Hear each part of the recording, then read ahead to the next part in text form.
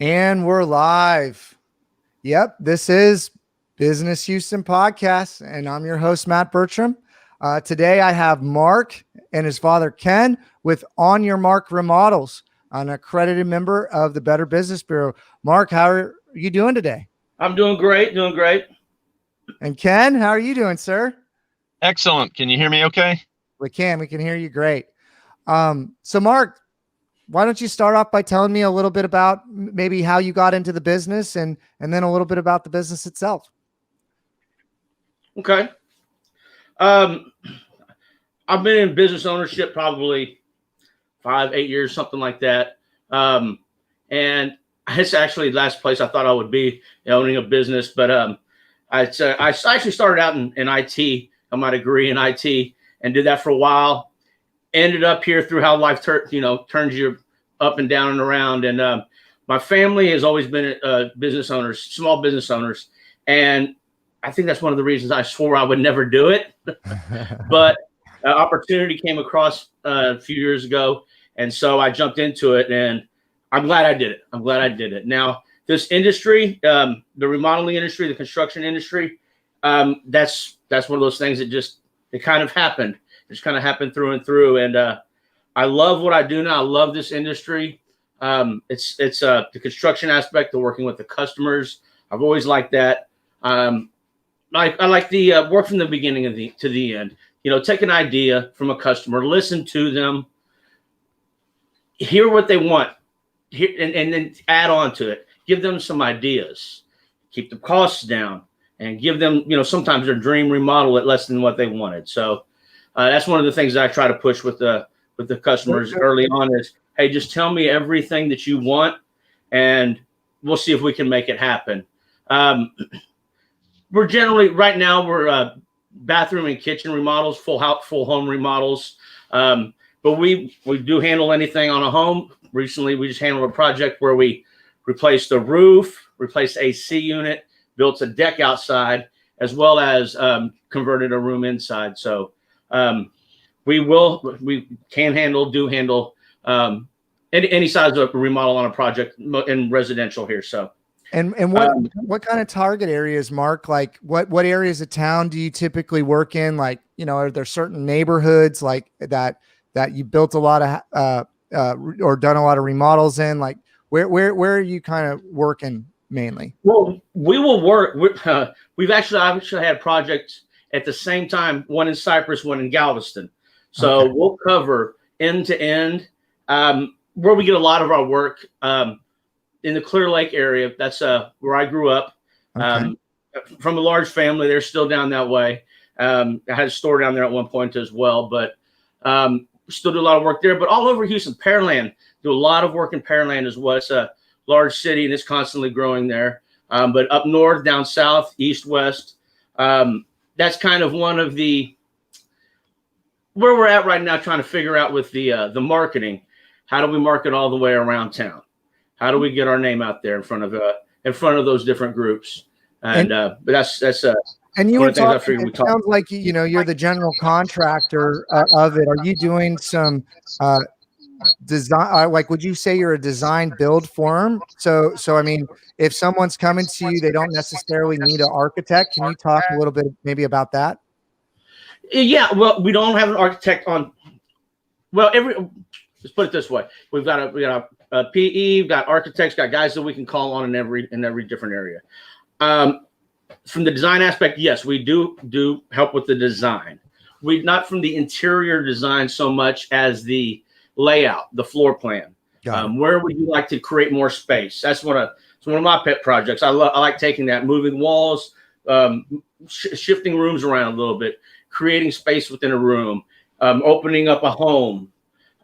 Things like that, removing or adding certain aspects within a room. Uh-huh. So yes, I would say that we do handle the design aspect, and then we do have a couple of different architects that I can call on, as well as PEs to sign off on everything to make sure everything is good to go with the city. For codes. Fantastic. It sounds like you're a one-stop shop. They can come to you and you can help them yes. fulfill fulfill their dream. And you said you did bathrooms and kitchens. Like what are kind of the typical size jobs that you're doing in, Pearland and some of those other areas you mentioned? I would put it at about 15,000, but we'll, down to a couple thousand up to 80,000. It's so I'm just thinking about recent projects. But we will, we'll handle any size of that. We've over $100,000 jobs before, so it's nothing that's too big for us. We've got the crews, we've got the people that we trust that we can call on between my business partner and myself, and well, I don't know where I was going with that, but sorry. How many crews do you have going? Like, how long does a typical job take to complete? Because that's, I know that's been a question I've gotten in the past. Hey, how long is this remodel going to take? How many different crews do they have going? Because I know sometimes people jump from job to job. Just try to get an idea of kind of how you run the business. Yes. At any point we might, let's see, recent project that we finished at the end of the year, we had 7 different crews on that at different points. From electrical, plumbing, cabinets, flooring, granite, across the board there, painting. So we have all the crews to handle everything on that. We will, and we schedule that. We project manage it as well. That's one of the big things that I think a lot of times people think they can handle it themselves, and if they can, I will always say, if you've got somebody that you can got to contract for you that you trust, who gives you a great price, and you want a project management, by all means, have at it. I would do that too. But when you start running that many crews, 2, 3, 4 crews on a project, coordinating them, coordinating the materials, coordinating just with the homeowner when the homeowner is going to be there is what I try to do is make this as easy as possible on the homeowner. When you're remodeling, there's going to be some dust thrown up a little bit, and there's going to be some confusion in the home. How do we limit that? How do I bring the process to the customer? How do I bring the material selection to the customer so that there's the least amount of disruption as possible? So talk about that a little bit more. So on the Mark Remodels, on the markremodels.com, how has COVID affected your business? How are you interacting with the customer differently? How has it affected your marketing? Tell us a little bit about how customer trends have changed. Like, people are in the house way more now, right? Like that's one of the things that I've seen more than anything else. well, I'll tell you, most of what we've done over the years has been word of mouth. A lot of construction is that way. Remodeling on this size, but a lot of this has been, introduce somebody, or I'm out with some friends and they introduce me to a coworker or a friend. And that was how we got a lot of the work. This day and age, when not so many people are going out, you're not encountering people as much anymore. There's just less contact going on to get those leads, to interact with those people. So that's kind of forced me to start looking into marketing, different ways of marketing, social media and so on. Facebook is basically what is happening in person, but just taken online socially. LinkedIn is the business networking too, right? So everything hasn't changed. It's just changed kind of the medium or the location, right? So you're right. But it also does change your approach. When you're speaking with somebody at lunch or at a party or just at a whatever it might be, out and about, there's a much more comfortable conversation going on. When you're marketing and you're putting it out on Facebook, okay, you got to find that audience that you want to get in front of. The LinkedIn, do you contact everybody? You don't really know who's. Well, we don't have to take the direction in the podcast towards that, but someone in that messages everybody is like that guy at the party that's like handing out business cards to everybody and not really like meeting them, you know what I mean? But I think like getting out there who you are, letting people connect with you, that's what that's what we're trying to do on this podcast, is let people know who you are, to get to know who you are kind of one to many and connect with them. And I think that that's incredibly important today.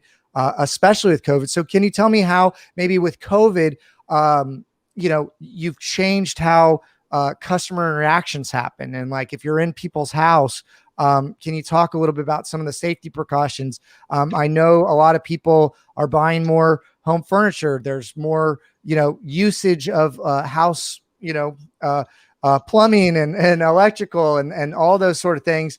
And a lot of people want to feel more comfortable. Home offices. I mean, Yes. so, I think that there's really a trend to going, hey, I'm in this house a lot, and then maybe the kids are home, right? And so they're not going to school as much, or they got to stay home from daycare. So there's really a lot of ways that people's changed how they're living.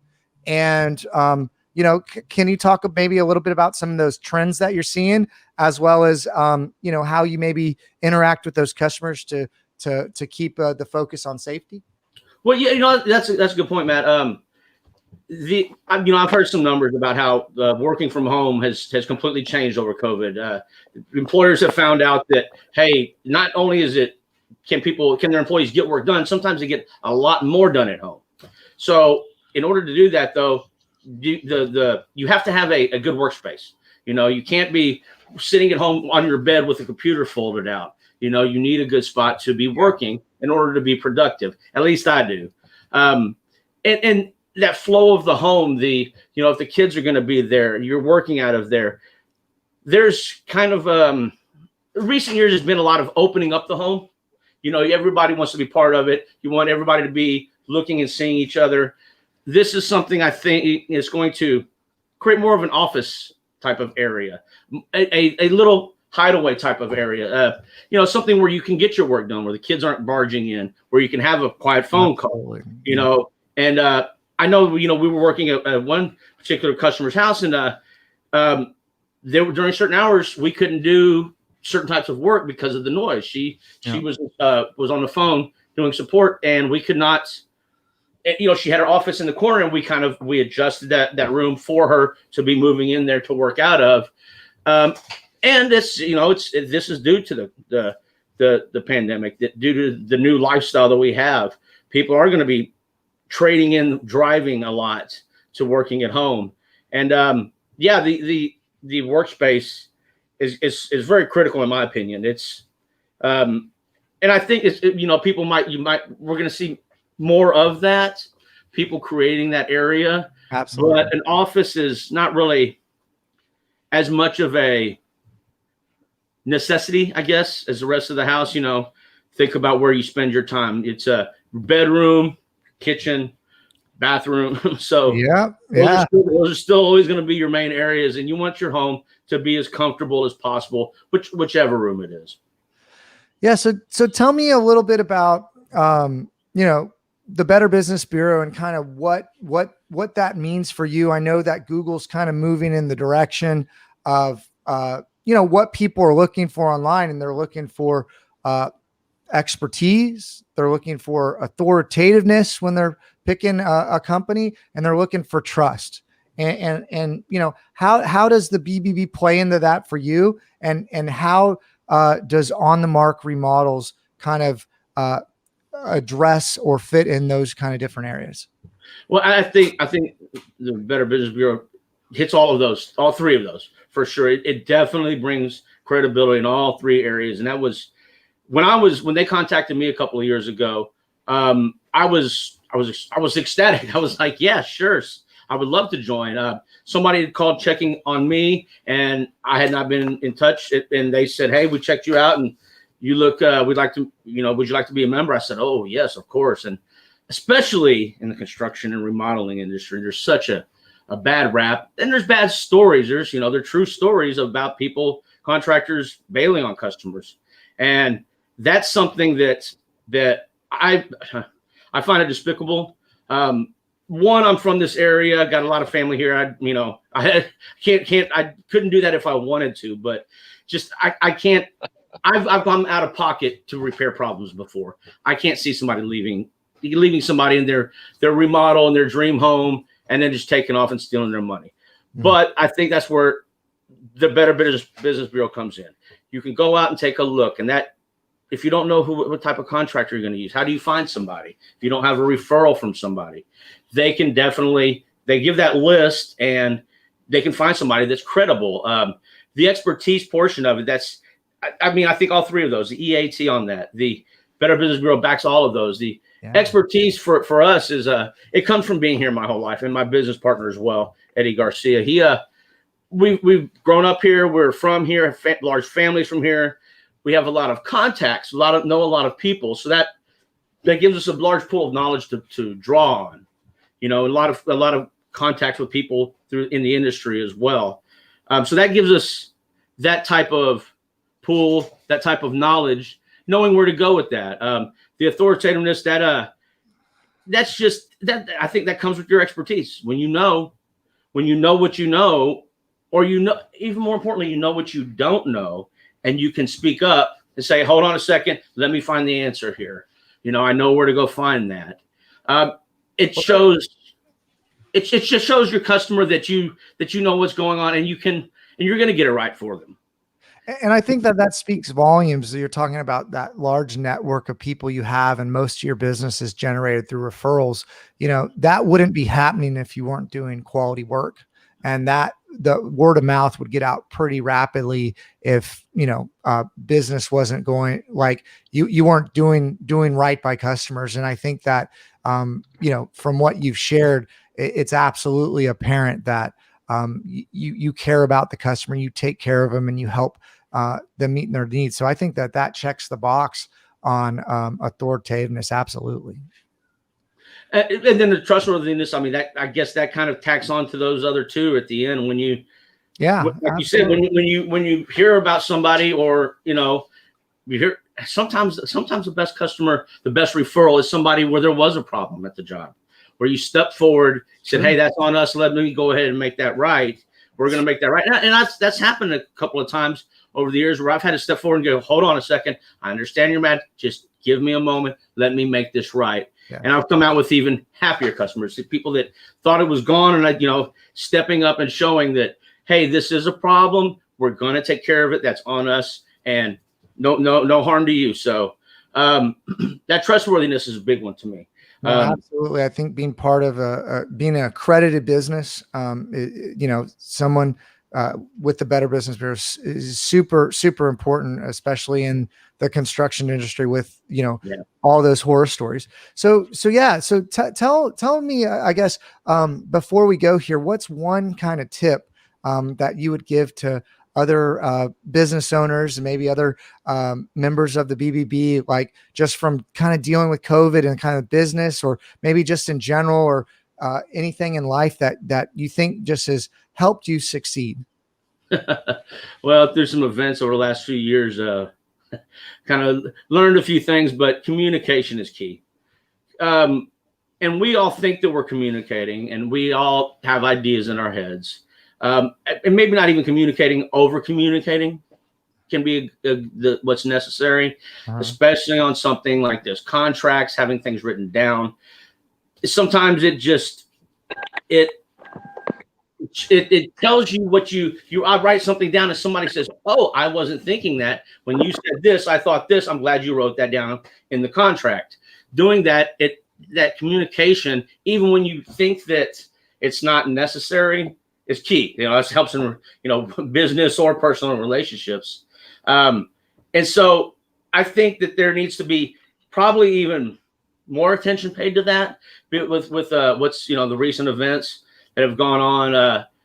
A lot of text messaging, a lot of emails, stuff like that.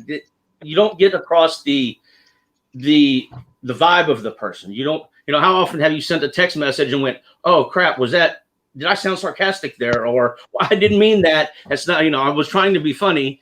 There's lots of communication by human contact. I'd say something like 80 or 90% of communication is nonverbal. And that's pretty big right there. You think about it, watching somebody, how they carry themselves when they're speaking. Are they comfortable? Do they take pride in their work? Do they listen well? To me, that's very key as well. You have to listen. You have to be willing to not just shut your mouth, but pay attention. and hear what the other person is saying, especially doing what I do. I like to know what they want. And sometimes people don't even know what they want, or they don't know what's out there. Let's put it that way.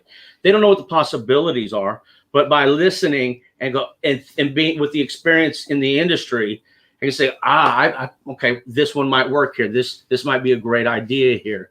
And I'll listen to a customer throughout. This doesn't just happen at the beginning of a project. We recently had a project where we in the middle of a project, we changed what was turning a bathtub and a shower just into a walk-in shower. We turned into a 5-foot by 6-foot shower due to my conversations with the homeowner. He had said a couple of things, and I said, well, before we get really putting that back in, how would you feel about boom? Two shower heads, his and hers, and and he went, oh wow, that would be great. My brother always told me to get one if I could, and so. But it's that communication and being able to wanting to pay attention, wanting to make that project right for them, and wanting to hear what the other person has to say. Make this. They're the ones living in that home for a while. We want to make that just right for them. I love that, Mark. So yeah, how would people get in touch with you if people have heard the message, they want to work with you? What's the best way for them to reach out and get in touch with you? Well, despite all I said about the texting me, my phone number 281-748-3504, but email is good as well. Those are the two best ways. I mean, through any of the social media, we got a Facebook page right there on. It looks like on your website, on the markremodels.com, on the contact us page, it looks like your personal phone number's on there, so you can actually go there and text you or fill out a form. That's fantastic. Yes, communicate with me direct. Well, I mean, we do have a main number as well, but communicating with me directly is the best. The text message is always the best way to get in touch with me. Phone calls are good too. I do check my voicemails if I don't answer the phone, but so frequently I will not answer a phone call when it comes in because I'm working with them. I've learned a long time ago, if I answer all the phone calls, I'll never be able to dedicate my attention to somebody. So put that phone away. Don't answer it while I'm working with somebody, while I'm listening to somebody. So the text, but I will check my text messages. I will check my emails. So those are the two best ways to get a hold of me there. Well, fantastic. Well, Mark, it was so good to have you on Business Houston Podcast presented by the BBB. Really appreciate your time and you sharing your story. Thank you, man. I appreciate it. All right.